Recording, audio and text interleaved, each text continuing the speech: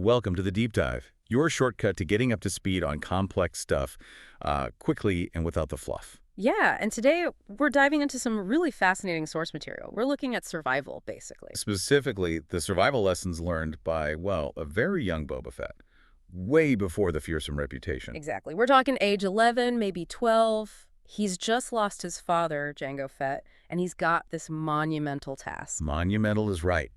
Accessing a huge, heavily secured fortune, Jango left him. And he's got to navigate some treacherous waters, galactic politics, dangerous alliances, all while essentially being just a kid. So our mission today, unpack how Boba survives this. We'll look at his core strategies, dissect the setting, this place called Aargau, the banking clan HQ, Yeah. and pinpoint the one piece of secret intel that basically makes or breaks his entire plan. Let's dig in. It all starts with Jango's legacy, really.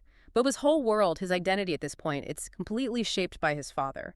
The sources talk a lot about these recurring dreams he has. Right, dreams of Jango. But not like warm, fuzzy memories. No, not at all. These are lessons. Cold, hard lessons in bounty hunter survival. Jango's drilling things into him. Like that quote, always make certain your grip is tight.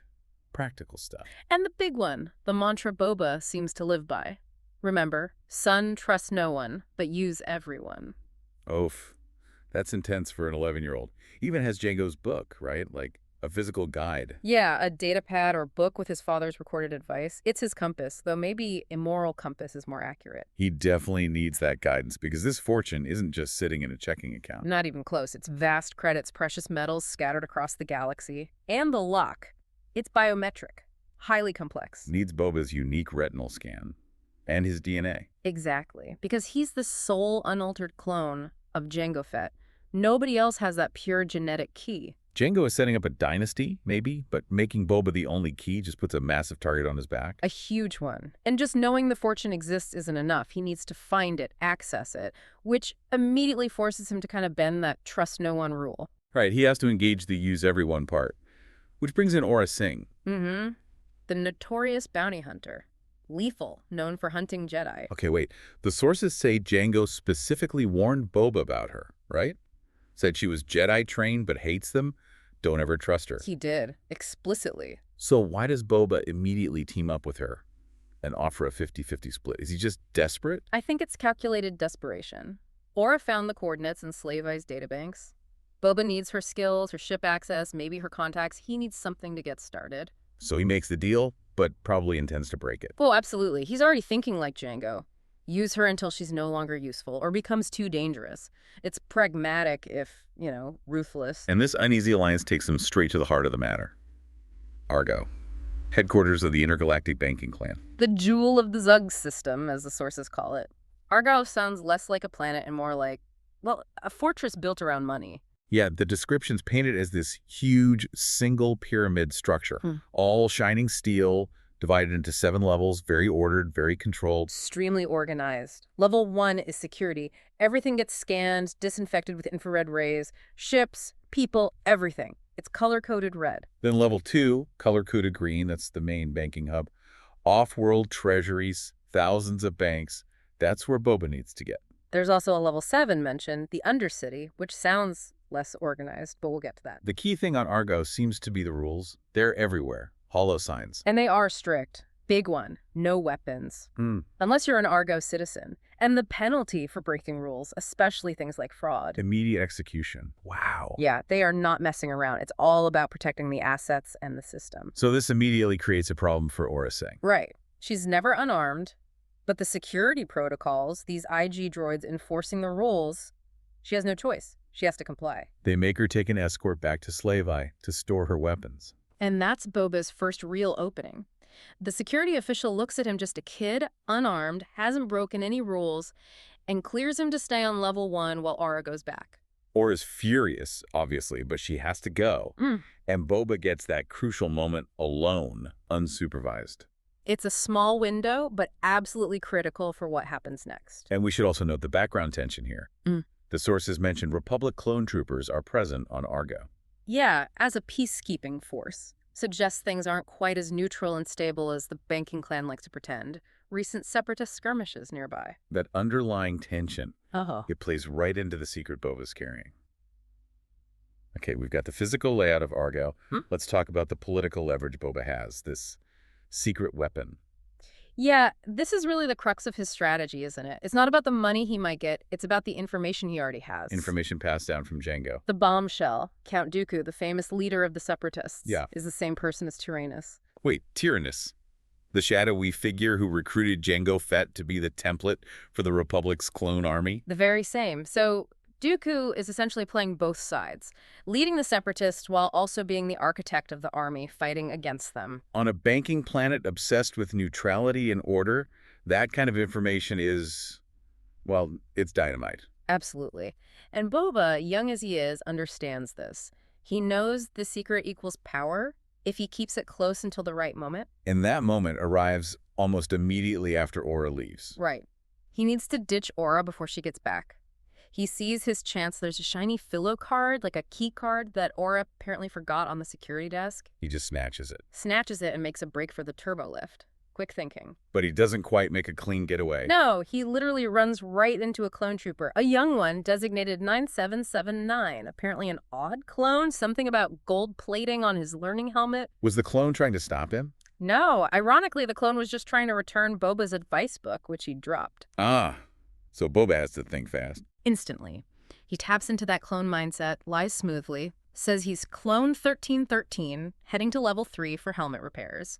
It's plausible, quick improvisation. Brilliant, but his luck runs out. Just as he's about to get away, the turbo lift doors open on level 2, and there's Aurra Sing, back already. Oh boy. What does Boba do? Pure Jango Fett.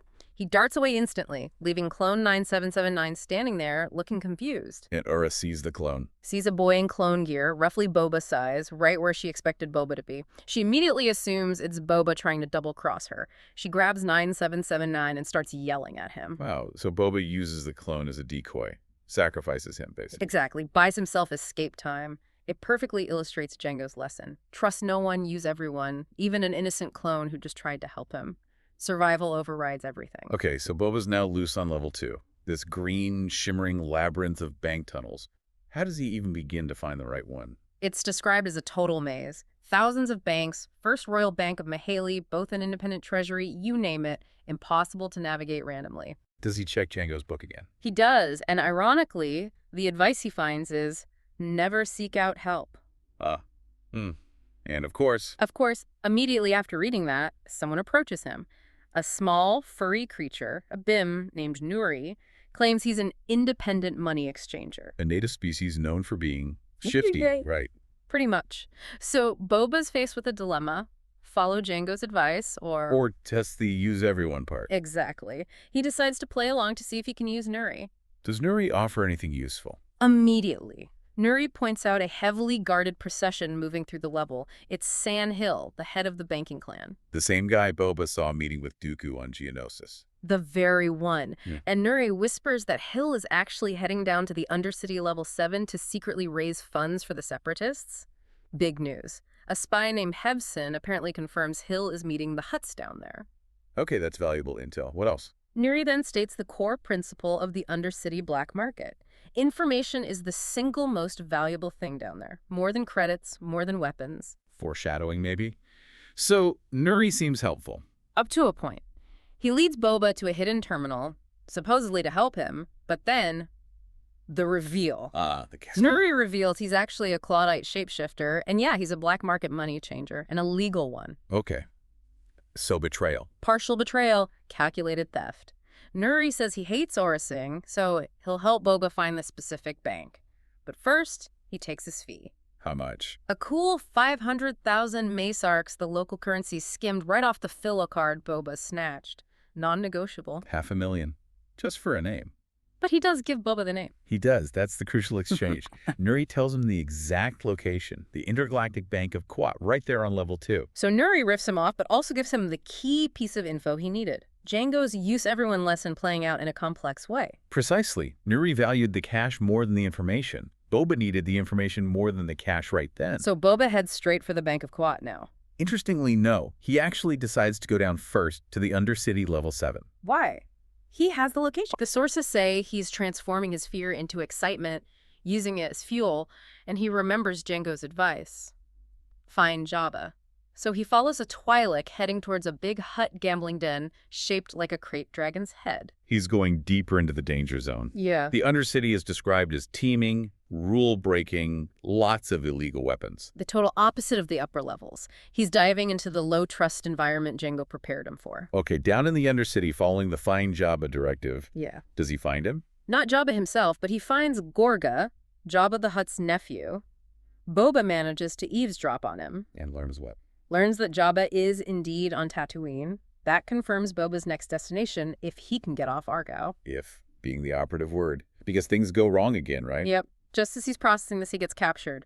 Grabbed by a high-ranking banking clan official named Vice Chair Kos. Who works for Sandhill. Why does Kos grab Boba? Mistaken identity. Kos thinks Boba is Nuri, the Clawdite shapeshifter spy who just stole 500,000 Misarks using that filler card. Ah, so Kos is hunting the thief, not Boba specifically. But now Boba's caught, disarmed. And this is it. The moment he has to play his ace. The Dooku Tyrann is secret. Exactly. He has to deploy his ultimate weapon, that piece of politically explosive information. He just tells Kos, right there. He essentially gambles his life on it. He reveals the truth about Dooku being tyrannous, knowing that Kos, as a high official under Sandhill, cannot ignore information this treasonous. The implication being that Dooku is playing the banking clan, too, if he's behind both sides of the war they're funding. Precisely. Kos has to report this to Sandhill immediately. It overrides his mission to capture the spy. So Boba negotiates. Masterfully. He leverages the information, basically saying, take me where I need to go, or I'll make sure Sandhill knows you sat on this galaxy-shattering secret. He demands Kos take him directly to the Intergalactic Bank of Quint on level 2. As the price for keeping quiet, for now. Exactly. It's pure information warfare. And Kos agrees. Reluctantly, yes. He puts Boba on an airspeeder and heads up to level 2. But the moment they arrive near the bank... Kos tries to kill him anyway. Tries to double-cross him, execute him now that he's served his purpose, but just then...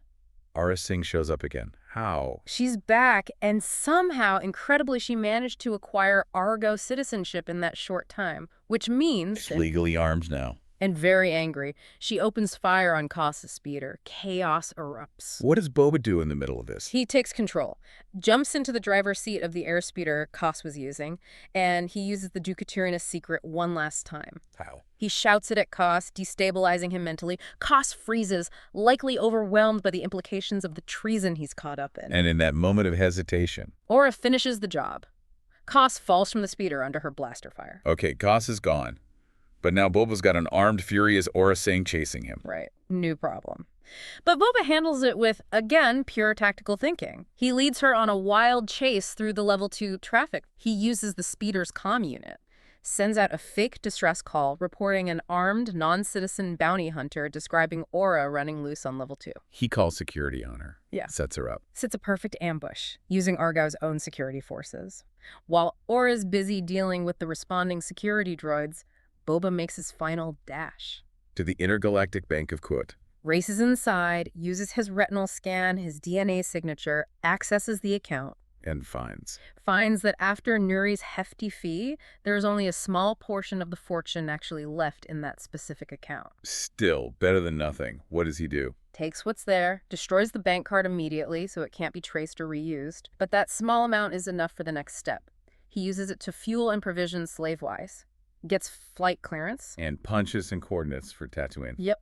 Next stop, find Jabba the Hutt. He got off Aargau with his ship, his life, and a clear direction. Mission accomplished, more or less. Okay, let's unpack that whirlwind. What are the big takeaways from this deep dive into young Boba's Aargau adventure? Well, the core lesson is clear. Survival through cunning. Boba, at just 11, navigated an incredibly hostile environment by mastering deception, leverage, and Jango's ruthless code. The trust no one, use everyone doctrine was definitely tested, and it proved effective, if brutal. Yeah, look at the Nuri situation. Nuri, the Clawdite, betrayed him by stealing a huge chunk of money. Right, 500,000 Misarks. But in exchange for that cash, which Nuri clearly valued more, Boba got the one piece of information, the bank's exact location, that was priceless to him at that moment. Nuri miscalculated the value of information versus credits. So even being partially betrayed worked out, in a way, by following the use everyone rule. Exactly. But the absolute game changer was the Dooku Tyrannus secret. Definitely. An unarmed kid facing down a high-ranking official. And winning purely through the power of information. He literally bet his life that Vice Chair Coase would value the political implications of that secret more than his loyalty to Sand Hill or his mission to capture a thief. It's about knowing the value of what you hold and when to deploy it. Knowledge is the ultimate weapon. It really is. And that kind of leads us to the final thought for you, the listener. Yeah. When you're swamped with information, dealing with complex situations, high stakes, how often is the most powerful tool actually the simple truth, that connection hidden in plain sight? Like the Duca-Tyrannus link. Something seemingly obvious once you know it, but incredibly powerful because it restructures everything. Exactly. That kind of core truth, that hidden link, can often outweigh brute force or piles of cash or complex schemes. It's a fundamental aspect of wielding influence and navigating tricky situations. Something to think about. Definitely something to chew on. We'll leave you with that until our next deep dive. Catch you then.